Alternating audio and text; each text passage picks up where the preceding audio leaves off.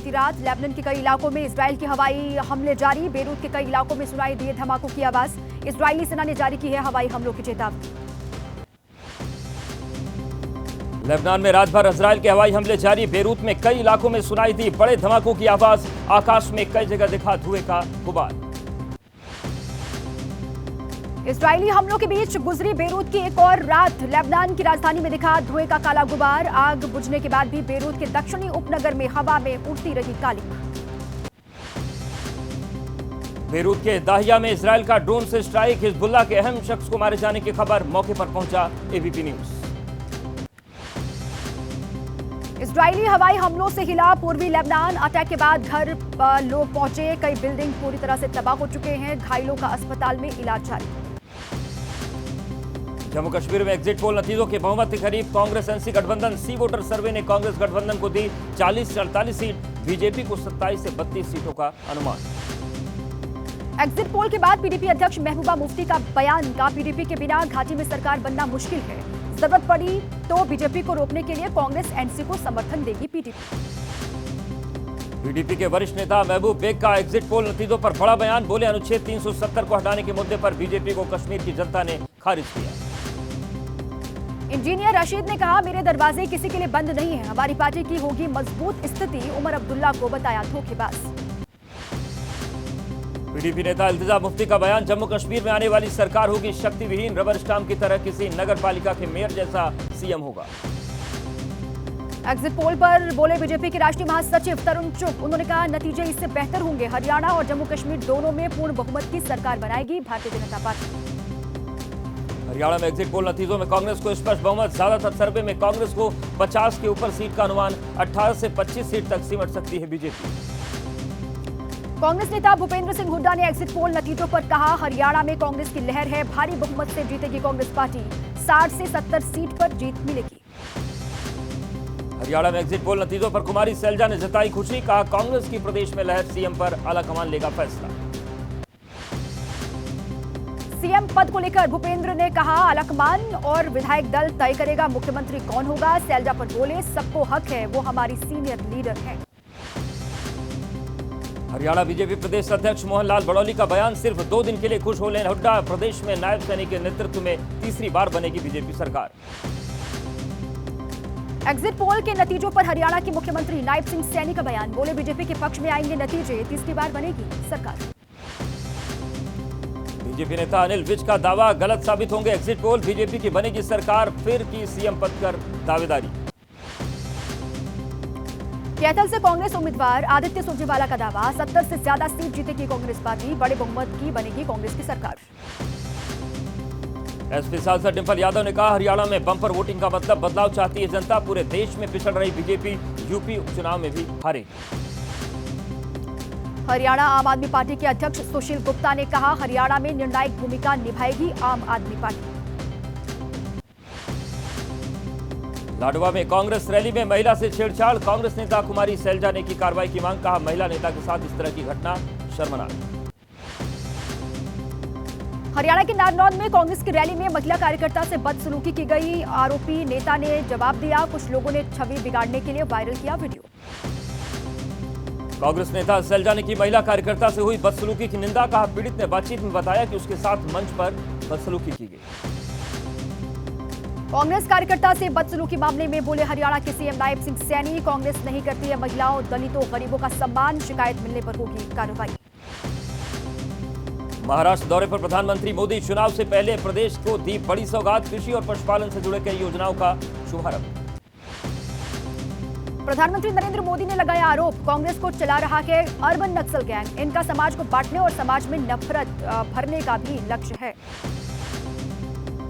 Delhi drugs case की ED ने शुरू की जांच। दिल्ली पुलिस से एफआईआर की कॉपी और अन्य दस्तावेज हासिल किए। पीएम मोदी ने कांग्रेस पर निशाना साधा। सबसे पहले एबीपी न्यूज ने दिखाई थी खबर। कोल्हापुर में संविधान सम्मान सम्मेलन में बोले राहुल गांधी 50% आरक्षण की सीमा को हटाएंगे। जातीय जनगणना कराने से डरते हैं बीजेपी और आरएसएस। मुंबई की पहली अंडरग्राउंड मेट्रो लाइन का पीएम ने किया उद्घाटन। पीएम के साथ यात्रा करने वाले स्टूडेंट्स ने जताई खुशी। कहा पीएम ने युवाओं में सियासी सोच बढ़ाने पर दिया जोर। झारखंड विधानसभा चुनाव से पहले बड़ा दाव, बीजेपी का पंचप्रण, महिलाओं को मिलेंगे 2100 रुपए और 500 में एलपीजी गैस सिलेंडर। केंद्रीय मंत्री अन्नपूर्णा देवी का बयान, पीएम मोदी महिला सशक्तिकरण की बात करते हैं, साथ ही युवाओं पर भी हमारा फोकस है। जमशेदपुर में झारखंड में मेडिकल कॉलेज के छात्रों ने मुख्यमंत्री हेमंत सोरेन का काफिला रोका, बीच सड़क रोककर सीएम हेमंत सोरेन को सौंपा ज्ञापन। कोलकाता में आमरण अनशन पर जूनियर डॉक्टर्स, प्रदर्शनकारी डॉक्टर्स का आरोप, ममता सरकार ने नहीं मानी उनकी मांगे। केंद्रीय मंत्री एच डी कुमारस्वामी के खिलाफ एफआईआर, कर्नाटक के डिप्टी सीएम डीके शिवकुमार ने कहा, मैं गृह मंत्री नहीं हूं, मुझे नहीं पता। आरएलडी सांसद राजकुमार सांगवान का पुलिस अधिकारियों पर नहीं सुनने का आरोप है, कहा बागपत में अपराध बढ़ रहा है, मुकदमे नहीं लिखे जा रहे। गाजियाबाद के सेल्स टैक्स ऑफिस में कपड़े उतारकर बैठा व्यापारी, वीडियो वायरल, व्यापारियों के गुस्से के बाद अफसरों ने पेनल्टी लगाकर गाली छोड़ी। यूपी में व्यापारियों को परेशान करने का आरोप है, एसपी नेता अखिलेश ने एक्स पर पोस्ट करके कहा, यह है बीजेपी राज में ईज ऑफ डूइंग बिजनेस का सच। प्रयागराज में फुटपाथ पर लगी पुरानी किताब की दुकान पर चला बुलडोजर, बॉक्स में रखी पुरानी किताबों को बुलडोजर से रौंदा गया, खाली करने के निर्देश देने के बजाय ताकत दिखाई।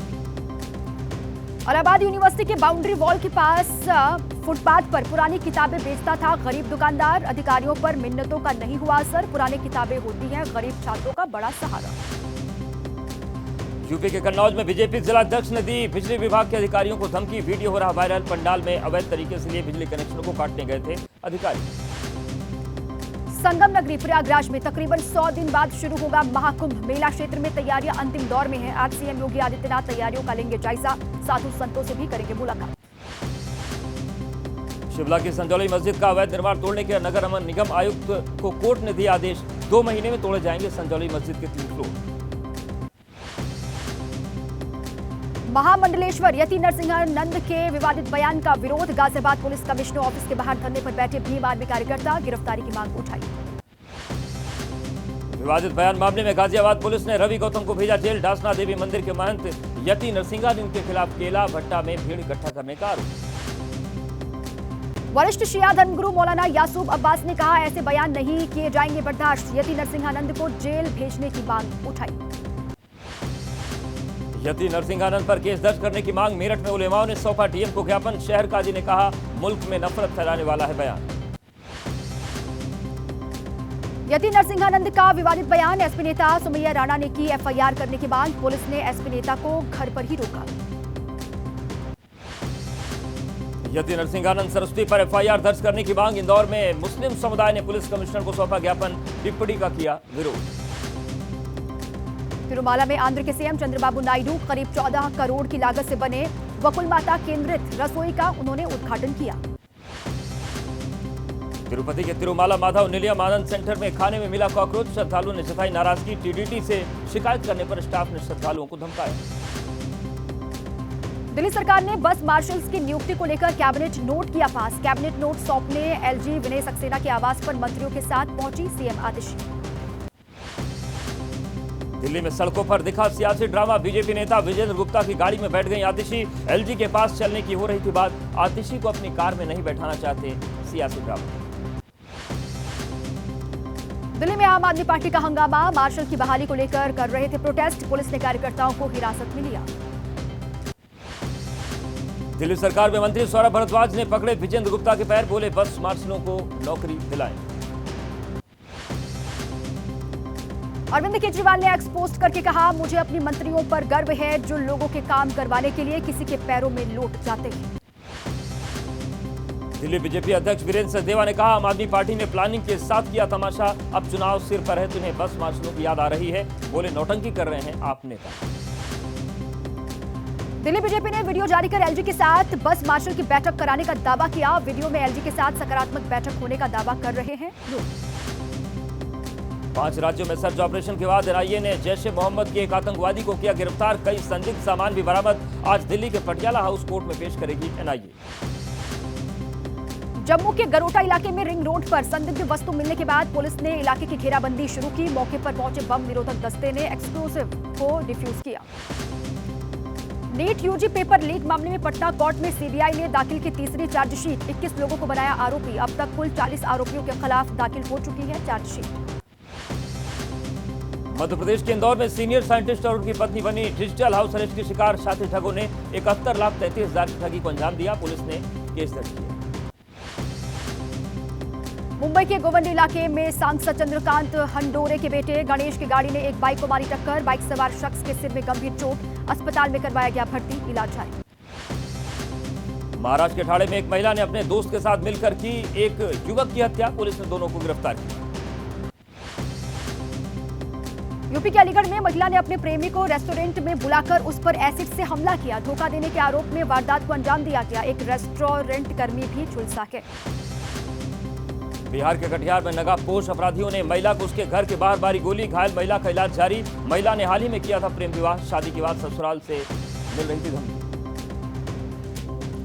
मध्य प्रदेश के जबलपुर में निर्माणाधीन होटल में सिलेंडर धमाका हुआ। एक महिला की मौत हुई है, 8 से ज्यादा लोग घायल हुए हैं। मृतक के परिजनों को 4 लाख और घायलों को 50,000 रुपए के मुआवजे का ऐलान किया गया। यूपी के लखीमपुर खीरी में तेंदुए के हमले में 12 साल के एक बच्चे की मौत। गांव में पसरा मातम, नाराज लोगों ने किया विरोध प्रदर्शन। राजस्थान के उदयपुर में आदमखोर पैंथर की तलाश जारी है। वन विभाग और सेना की टीम अभी भी पैंथर को पकड़ने में नाकाम है। 10 गांवों के करीब 10,000 लोगों में दहशत का माहौल है। 9 लोगों की जान जा चुकी है। उदयपुर में पैंथर को पकड़ने गए वन विभाग के कर्मचारियों में भी दहशत। रात में जंगलों में वन विभाग के कर्मचारी और पुलिसकर्मी खुद को पिंजरे में बंद कर सर्च ऑपरेशन चलाने को मजबूर। दिल्ली की रामलीला में मंच पर नजर आ रही हैं राजनीतिक हस्तियां। लवकुश रामलीला कमेटी की ओर से आयोजित रामलीला में बीजेपी सांसद मनोज तिवारी निभा रहे हैं परशुराम की भूमिका।